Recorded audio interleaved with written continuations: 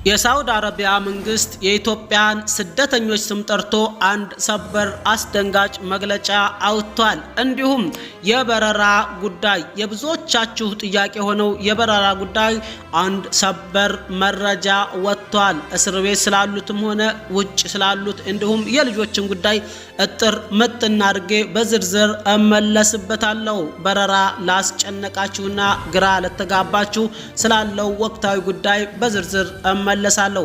ሌላኛውና ወቅታዊ ጉዳይ የሆነው የሁጃጆች ጉዳይ በሁጃጆች ጉዳይም አንድ ሰበር መግለጫ ወጥቷል። ይህ መግለጫ ምን ይላል የሚለውንም በዝርዝር እመለስበታለሁ። አሰላሙ አለይኩም ወራህመቱላሂ ወበረካቱ። ውድ ቤተሰቦቼ ሁላችሁንም ሰላም ብያለሁ። ዛሬ መረጃዎቼ 3 ናቸው። እነሱም የሚያጠነጥኑት በመካከለኛው ምስራቅ ወይም ደግሞ በገልፉ ዓለም በሳውዲ አረቢያ ዙሪያ ነው። እነዛም የሚመለከቱት እኛን ኢትዮጵያኖች ብቻ ነው። እንደሚታወቀው ሳውዲ አረቢያ ላይ የበርካታ ሀገር ዜጎች ይኖራሉ፣ እዛም ይረዘቃሉ።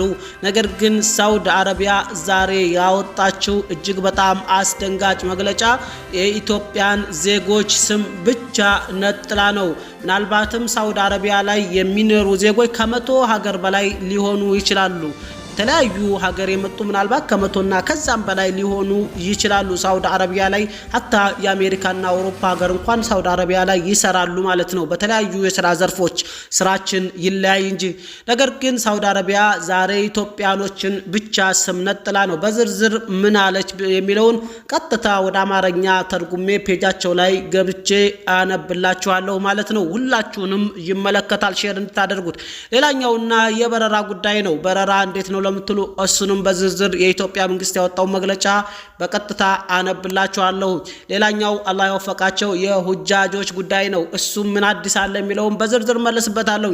ላይክ፣ ሰብስክራይብ፣ ሼር ያደረጋችሁ እስከ ፕሮግራም ፍጻሜ ድረስ አብራችሁኝ እንድትቆዩ ስል በትህትና ጠይቃችኋለሁ። መልካም ቆይ ሰቦቼ። በቅድሚያ የበረራን ጉዳይ የሁላችሁም ጭንቀት ስለሆነ እስር ቤት ላሉትም ሊስምባሲ ቆርጠው ለሚሄዱም የልጆችን ጉዳይ በዝርዝር በአጭሩ ላቅርብላችሁ። በዚህ አጋጣሚ መካ አካባቢ ያላችሁ የመጪው አርብና ቅዳሜ ማለት ነው። የመጪው አርብና ቅዳሜ የሊስምባሲ ስራ ቆንስላ ጽፈት ቤቱ ስለሚመጣ ወደ መካ በቅርብ ወደሚገኘው ኮሚኒቲ አዳራሽ ሄዳችሁ አገልግሎት መጠቀም ትችላላችሁ። ፓስፖርት ማሳደስ፣ ሌላም ነገር መካ አካባቢ ላላችሁ ይችን ያክል መረጃ ከነገርኳችሁ ወደ በረራው ዙሪያ እንለፍ ማለት ነው። በሳውዲ አረቢያ አስቸጋሪ ሁኔታ ውስጥ ያሉ 760 ኢትዮጵያውያን ወደ ሀገራቸው ተመለሱ ይለናል የኢትዮጵያን የሴቶች ማህበራዊ ጉዳይ ሚኒስቴር ማለት ነው።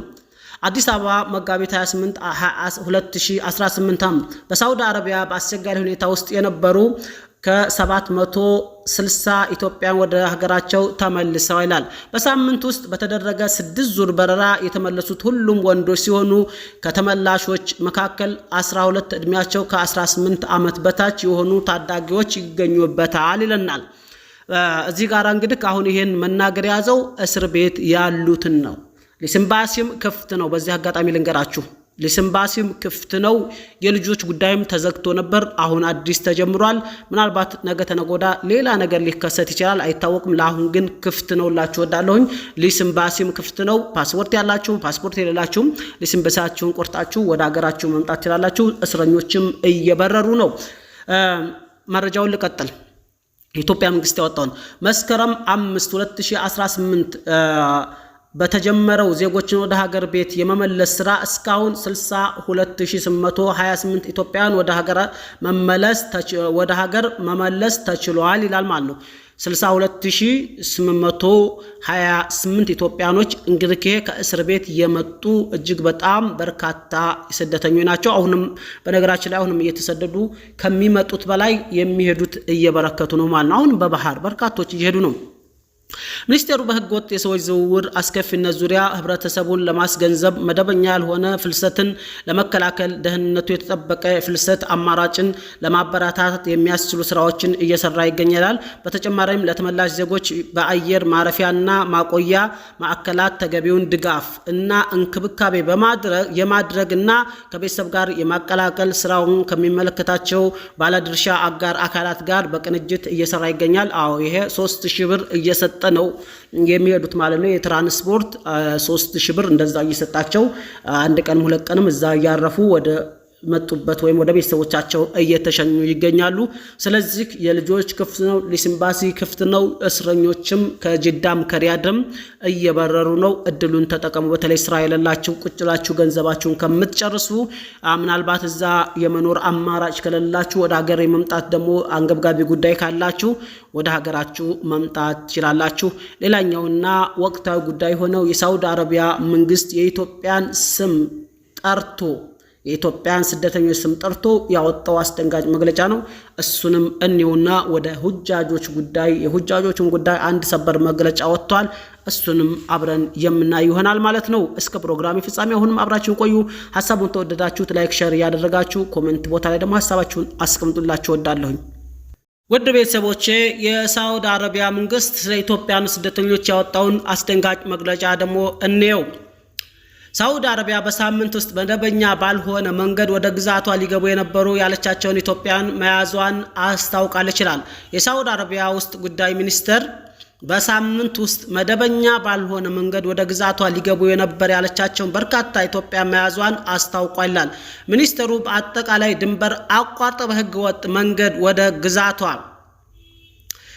ወደ ሳውዲ ለመግባት ሲሞክሩ ነበር በሚል ቁጥጥር ስር ያዋላቸው 1449 ሰዎች ናቸው። ከነዚህም ውስጥ 70% ያህሉ ኢትዮጵያውያን ናቸው ይላል። ውድ ቤተሰቦች በነገራችን ላይ አሁን ምናልባት የተለያዩ መረጃዎችን አይታችሁ ከሆነ በዛም በመንገድ ላይ የሚመጡ ደላሎቹ ከሳውዲ አረቢያም ወደ ኢትዮጵያ ያስኮበልሉ ይዘዋል፣ ከኢትዮጵያም ወደ ሳውዲ አረቢያ ያስኮበልሉ ይዘዋል። ግማሽ በግማሽ እኩሉ ይሄዳል እኩሉ ይመጣል እና በርካታ ዜጎች አሁንም በህገወጥ መንገድ ይመጡ ይዘዋል። ሳውዲ አረቢያ ደግሞ 2030 ቪዥን ታውቃላችሁ፣ ከ4 ዓመት ወይም ከ3 ዓመት በኋላ አንድ ቪዥን አላት ወይም አንድ ፕሮግራም አላት። ምንም አይነት ስደተኛ አገሯ ላይ በህገወጥ እንዳይኖር ማለት ነው። እና ኢትዮጵያኖች ደግሞ እያያችሁ ነው። 70% ማለት በጣም በርካታ ዜጋ ማለት ነው። ኢትዮጵያኖች አሁንም ሳውዲ አረቢያ እያስጠነቀቀች ነው። በህገወጥ መንገድ ወደ ሀገሬ አትግቡብኝ እያለች ነው ማለት ነው። ድንበር ላይ በርካቶች እየሞቱ ነው፣ በርካቶች እየወደቁ ነው። ውሪ የሚል ጠፍቷል፣ ተው የሚል ጠፍቷል። አገር ላይ በእርግጥ መኖር ከባድ ቢሆንም ነገር ግን ህገ ወጥ ሄዶ ሁልጊዜ ሲጨነቁ መኖርና ሁልጊዜ ሲያስቡ መኖር ደግሞ የራስን እስር ቤት ማስገባት ነው። በአጭሩ የሳውዲ አረቢያ መንግስት በርካታ ኢትዮጵያኖች ድንበር አቋርጠው ሲገቡ ይያለው እያለች ነው። እንዲሁም የዓለም አቀፍ ፍልሰተኞች ድርጅት ባለፈው የአውሮፓውያን ዓመት ከኢትዮጵያን ምስራቃዊ መስመር በኩል የሚወጡ ፍልሰተኞች ቁጥር በ18% መጨመሩን አዲስ ባወጣው ሪፖርት ይፋ አድርጎ ነበር ይላል። በነገራችን ላይ ይሄን ሪፖርት ያወጣው ከዛሬ ሳምንት በፊት ነው። ካለፈው ዓመት ጋር ሲነጣጠር 18% ጭማሪ አድርጓል። ሰው በጣም ስደተኛ በዝቷል። ካለፈው ዓመት በላይ ማለት ነው በዘንድሮ ዓመት አያችሁት። እና በዚህ ባወጣው ሪፖርት ይፋ አድርጓል ይላል። ህገወጥ መንገድ ከሚጓዙ ግማሽ ሚሊዮን በላይ ፍልሰተኞች መካከል 90% ገደማ ኢትዮጵያን ናቸው ይላል። 97% ገደማ ኢትዮጵያን ናቸው ይላል ያ ዓለም አቀፍ ፍልሰተኞች ድርጅት። 18% እንግዲህ ጨምሯል እያለ ነውና ስደተኞች በጣም አገር ለቀው ይወጡ ነው። ሁሉም ሀገር ባካችሁ በህገወጥ አትንጡብኝ እያለ ያስጠነቀቀ ነው። ያ ደግሞ መጨረሻውን አላህ ያሳምርልን። በጣም አስቸጋሪ ነው። አሁን ደግሞ ወደ ሁጃጆች ዙሪያ እጥር ምጥን ያለች መረጃ እናልፋለን። መረጃውን እንደምትወዱት ተስፋ አድርጋለሁ። ላይክ፣ ሰብስክራይብ፣ ሼር ያደረጋችሁ በተለይ መካከለኛው ምስራቅ አካባቢ ያለና አንዳንድ ኢትዮጵያ ላይ የሚከሰቱ አዳዲስ መረጃዎችን ተሰሙበታላችሁ። እና የመጨረሻው የሁጃጆች ጉዳይ ነው። ውድ ቤተሰቦቼ የ1447ኛው ዓመተ ሂጅራ የሐጅ ተጓዦች የክትባት አገልግሎት መስጠት ተጀምሯል ይላል። እንግዲህ በተለይ ሐጅ መሄድ ያሰባችሁ ይሄንን እድል እንድትጠቀሙበት አሁን በተለይ የሳውዲ አረቢያ ሐጅና የኡምራ ሚኒስቴር ማለት ነው ባወጣው አዲስ ህግ መሰረት ማንም ሰው ክትባት ሳይከተብ ወደ ግዛቱ እንዳይገባ ወደ ሐጅ እንዳይመጣ አድርጓል። ስለዚህ የኢትዮጵያ እስልምና ጉዳዮች ጠቅላይ ምክር ቤት በኢትዮጵያን ጤና ኢንስቲትዩት ጋር በመተባበር ለዘንድሮ ሐጅ ተጓዦች የፖሊዮ እና የቢጫ ወባ ክትባት መስጠት ተጀምሯል። ይላል። ለሐጅ ተጓዦች መሰረታዊነት የሚሰጠው ይህ ክትባት ሐጅ ምዝገባ ከሚካሄድበት ሁሉም ጣቢያዎች መስጠት የጀመረ ስለሆነ ለቀጣይ 3 ቀናት እንደሚቀጥል ታውቋል። 3 ቀን ብቻ ስላለች በተለይ ሐጅ ማድረግ ላሰቡ ውድ እህት ወንድሞቻችን ሸር አድርጉላቸውላችሁ ወዳለሁኝ። በነገራችን ላይ ወደ ሐጅ መጓዣው ደርሷል።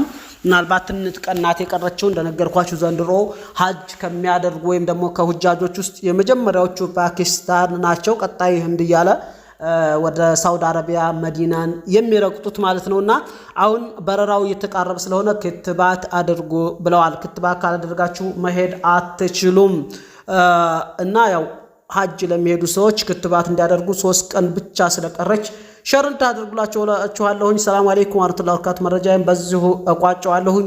ቤት ቦታ መግዛት የምትፈልጉት ወንድሞቼ አናግሩኝ። ቤትና ቦታ ጥሩ ነገር አጋዛችኋለሁኝ።